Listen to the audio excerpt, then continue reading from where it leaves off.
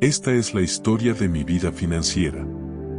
Comencé mi carrera en el mundo de las finanzas a los 25 años. Recién salido de la universidad, lleno de ambición y con el corazón dispuesto a conquistar el mundo. Pero, como muchos jóvenes profesionales, entré en la industria creyendo que el éxito venía de seguir las reglas, no de crearlas. Durante los siguientes 20 años, caminé por el camino que otros habían trazado para mí, no por uno que yo construí. Me uní a Goldman Sachs, uno de los nombres más respetados de Wall Street, e hice lo que me dijeron que hiciera. Había un manual muy específico, y lo seguí al pie de la letra. ¿Y cómo era ese manual? Mantente alejado de la prensa. No causes olas. Silencia tu personalidad. Baja la cabeza.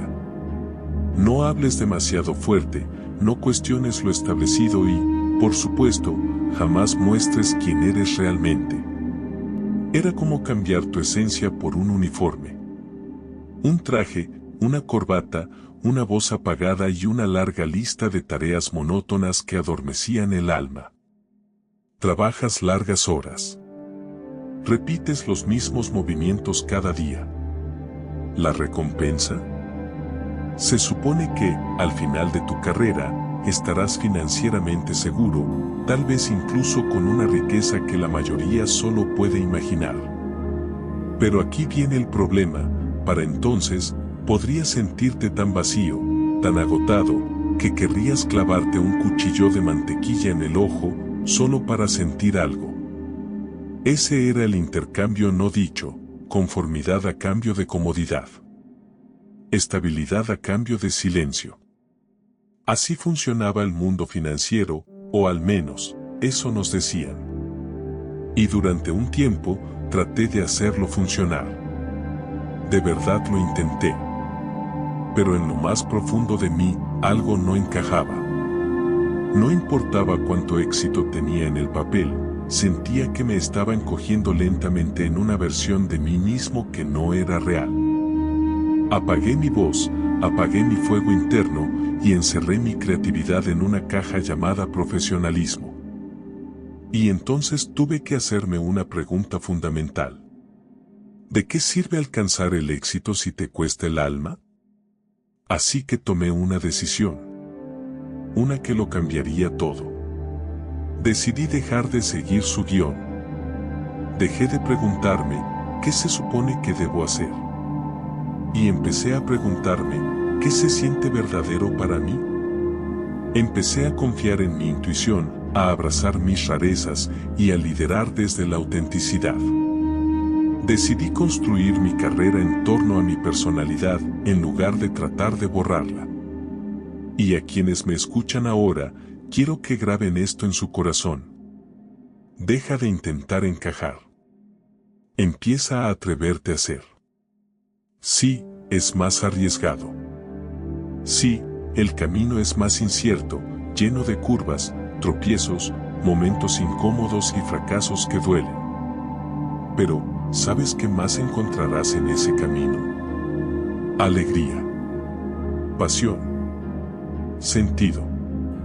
Si hoy me ofrecieran ser 10 veces más rico, pero a cambio tuviera que encerrarme en una caja de acero, reprimir quién soy y vivir una vida que no refleja mi esencia, diría que no. Prefiero vivir la versión 1 de octubre de mi vida, si eso significa vivirla con verdad, en voz alta y completamente despierto. Porque para mí, no se trata del dinero. Se trata del viaje. Se trata de despertar cada mañana sabiendo que puedo ser yo mismo, sin pedir permiso. Claro, eso también tiene su precio. Necesitas desarrollar una piel fuerte. Debes estar preparado para las críticas. No todos te van a entender. Algunos te juzgarán.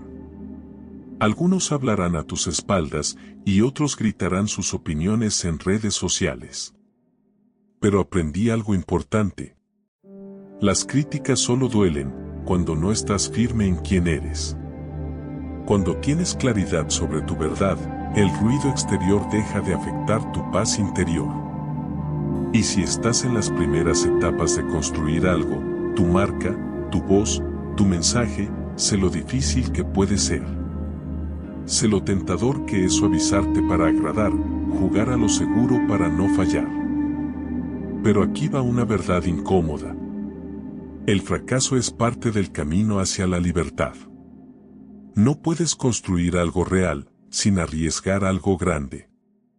Hoy, al mirar hacia atrás, me doy cuenta de que algunos de los peores momentos, los más dolorosos, embarazosos, aparentemente desastrosos, fueron precisamente los que moldearon mi carácter y afilaron mi propósito.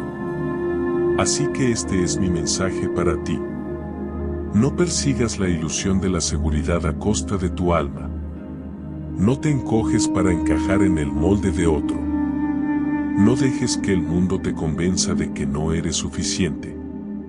Porque ya eres más que suficiente. Sé quién se atreve a hablar. Sé quién se arriesga. Sé quién apuesta por sí mismo, porque nadie lo hará por ti como tú puedes hacerlo.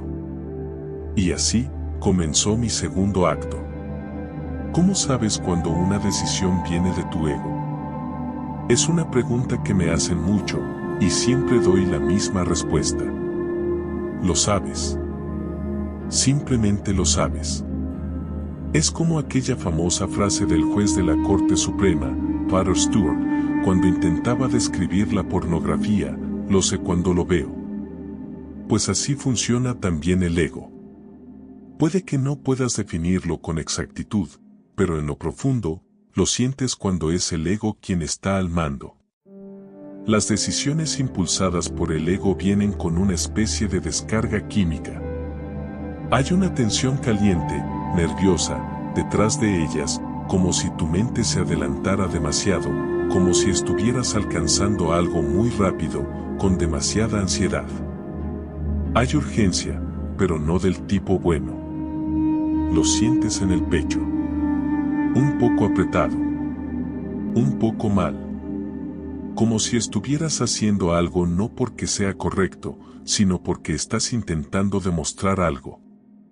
A veces a los demás. Pero más a menudo, a ti mismo.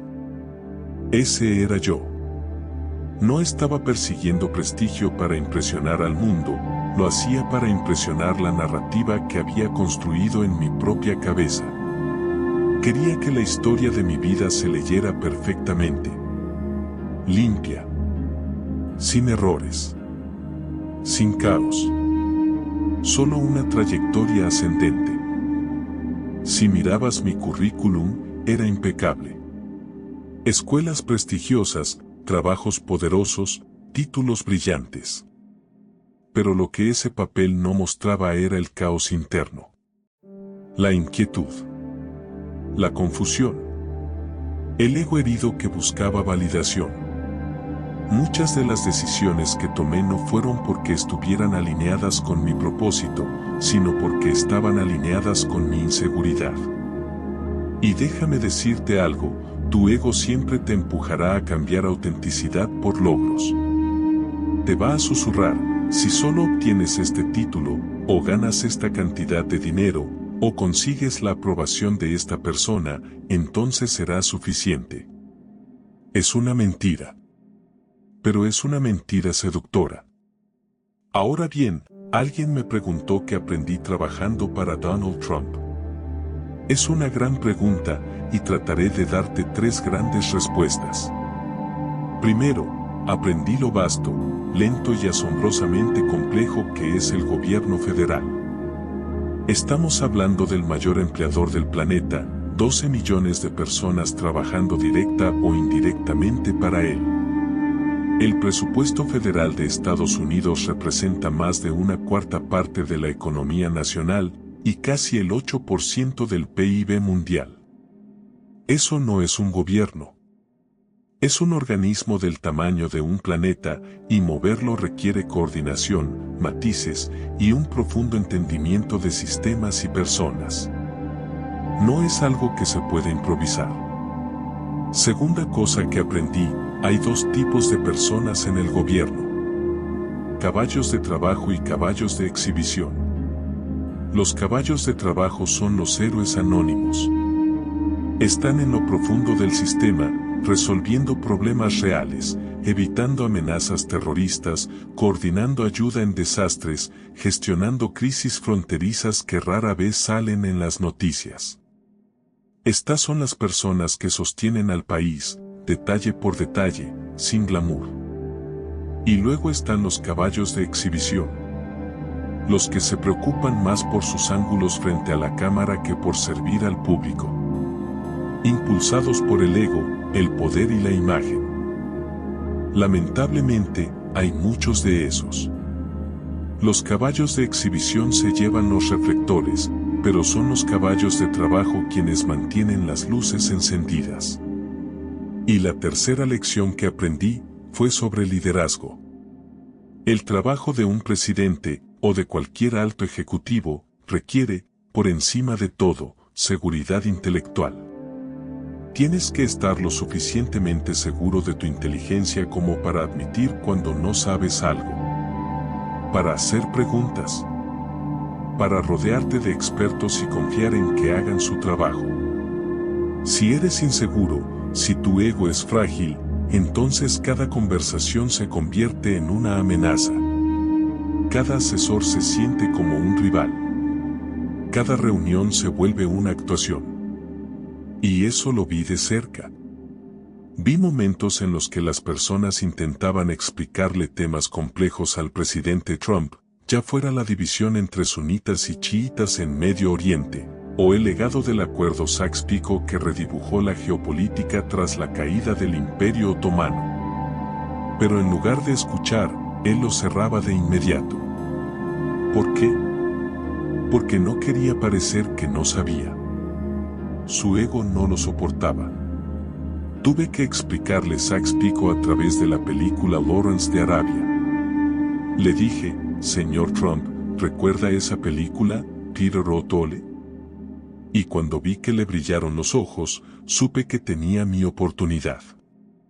Usé la película como metáfora para colarle los hechos, sin herir su orgullo. Liderar de esa manera, gestionando alrededor de una inseguridad, es agotador. Y también es peligroso.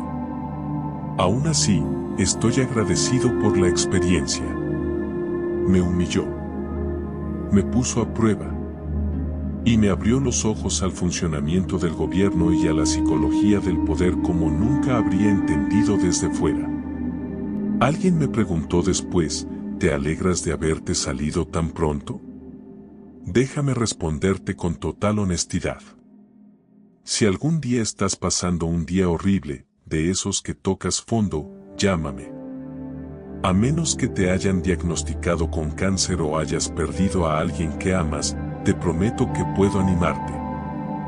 Porque yo ya viví el peor tipo de humillación pública. Fui despedido el 31 de julio de 2017, solo 11 días después de haber asumido uno de los cargos más visibles de Estados Unidos. Me sacaron por la puerta principal de Pennsylvania Avenue como si fuera basura del día anterior. Me destrozaron los medios, me hicieron trizas en los programas de comedia, me ridiculizaron en Saturday Night Live. Fue un linchamiento mediático en tiempo real. Brutal. Humillante. Implacable. Y para hacerlo aún más cinematográfico, mi esposa pidió el divorcio esa misma semana. Así que me estaban destruyendo en público y en privado. Profesional y personalmente. Fue un colapso total. En ese momento, pensé que había vivido el mayor fracaso de mi vida.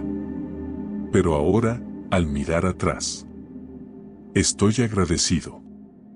Honestamente creo que el universo intervino y me sacó de un edificio en llamas. Porque quedarme ahí habría significado perder aún más mi matrimonio, mi identidad, mi capacidad de recuperarme. Tuve la oportunidad de reconstruirme, de reenfocarme y, más que nada, de estar presente para las personas que realmente importaban. Hace poco alguien me preguntó, ¿de qué te sientes más orgulloso? La respuesta fácil serían mis hijos. Y sí, los amo profundamente y estoy orgulloso de ellos más allá de las palabras. Pero la respuesta más profunda, lo que más orgullo me da, es que me presenté. Déjame llevarte de vuelta a 1976. Era un adolescente. Mi padre era obrero, trabajador sindicalizado. Una noche llegó furioso a casa, golpeando puertas, abriendo armarios de un portazo. Le habían dicho que le recortarían las horas. El país estaba en recesión. Sin horas, no había dinero. Y sin dinero, venía la dificultad para toda la familia. Vi todo eso, y supe que tenía que hacer algo. Conseguí un permiso de trabajo. Tomé un empleo en un supermercado. Hacía turnos en una tienda de motos. Y cada semana, ganaba $60. De esos, le daba 45 a mi mamá. Solo para que pudiéramos pagar la luz. Para tener comida en la mesa. Ese fue el momento en el que aprendí lo que significa presentarse, no porque alguien te lo pida, sino porque las personas que amas te necesitan. Y esa mentalidad me ha acompañado toda mi vida. Creo en presentarse por tu familia, por tus amigos, por tu equipo, por tu comunidad. Cuando vienes de una familia trabajadora, el éxito no se trata solo de ti, se trata de levantar a los que te rodean. De llevarlos contigo, no de dejarlos atrás. Eso es lo que me enorgullece. No los títulos, no los premios, sino que seguí presentándome, incluso cuando fue difícil. Especialmente cuando fue difícil. Ese es el legado que quiero dejar. Hay una frase a la que vuelvo una y otra vez últimamente: soñar sin vergüenza y con frecuencia. Me encanta. De verdad. Verás, creo que uno de los mayores superpoderes que podemos cultivar como adultos es la capacidad de seguir soñando sin sentir vergüenza. Sin filtros. Sin necesidad de ser prácticos. Simplemente dejar que el subconsciente hable y tener el valor de escucharlo. Todos hemos oído historias de sueños que se convirtieron en obras maestras. Paul McCartney literalmente se despertó con la melodía de Yesterday sonando en su cabeza. No podía dejar de oírla. Al principio pensó que era una canción que había escuchado antes y que había copiado por error, porque le llegó totalmente formada. Pero no. Era original. Venía de un lugar más allá de él, y todo lo que tuvo que hacer fue escuchar. Keith Richards tuvo una experiencia similar con el riff de Satisfaction. Lo grabó medio dormido, casi inconsciente, en una grabadora de casete junto a su cama. Cuando lo escuchó después, ahí estaba, uno de los riffs de rock más icónicos de la historia. Así que alguien me preguntó: ¿cuál es la melodía que tienes ahora en la cabeza? ¿Con qué estás soñando que recién ahora estás empezando a escuchar? Y es una pregunta hermosa. Porque todos tenemos una melodía en la cabeza. Lo que pasa es que la mayoría de nosotros estamos demasiado distraídos, o demasiado asustados, para prestarle atención. Primero, si no has leído la autobiografía de Keith Richards, hazte un favor y consíguela. Ese tipo es inmortal. En serio, tus nietos van a estar discutiendo sobre el cambio climático mientras Keith Richards sigue fumando y tocando riffs con su Telecaster. Es uno de los libros más vívidos, honestos y salvajes que he leído.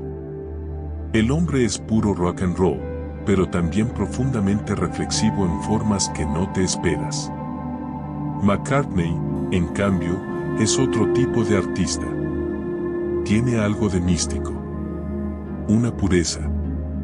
Una vez leí que los nativos americanos usaban la palabra índigo para describir a personas como él. Es un color, Sí, un azul violáceo profundo, pero también un estado del ser. Se decía que las personas índigo eran el puente entre el mundo físico y el espiritual. Y si realmente escuchas la música de Paul, si la sientes, tiene ese don. Perdió a su madre siendo joven, y ese dolor se grabó en su alma. Lo escuchas en Yesterday. Lo sientes de nuevo en Let It Be. No eran solo canciones, eran mensajes que le llegaban. Él simplemente se dejaba llevar. Escuchaba. Y ese es el punto que quiero resaltar. A veces estás funcionando tan al límite, tu mente acelerada, tu ego en llamas, tus obligaciones encima, que no puedes oír esa voz interna.